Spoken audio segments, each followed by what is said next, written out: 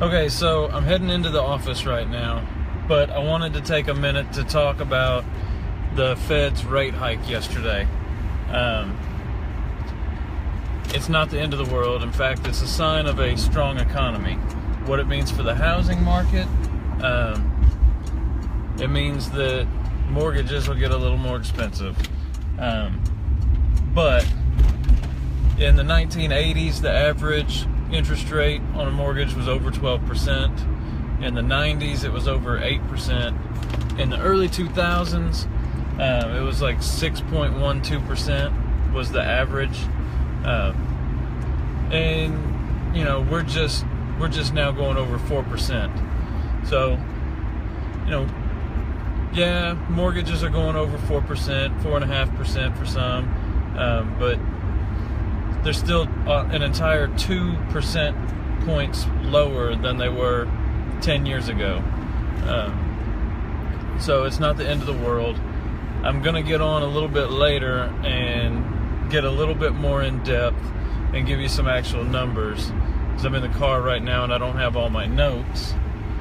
But, you know, like I said, I'm just off the top of my head throwing out there. In the 80s, it was 12.17%. In the 90s, it was, you know, almost 8.5% was the average. So, you know,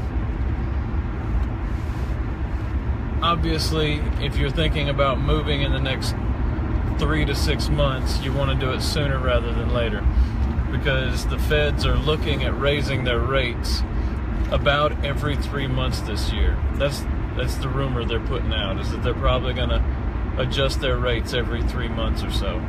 So if you're looking at refinancing or getting a home loan to remodel, or if you're looking at buying a new home, every 3 months that rate is going to go up a little bit.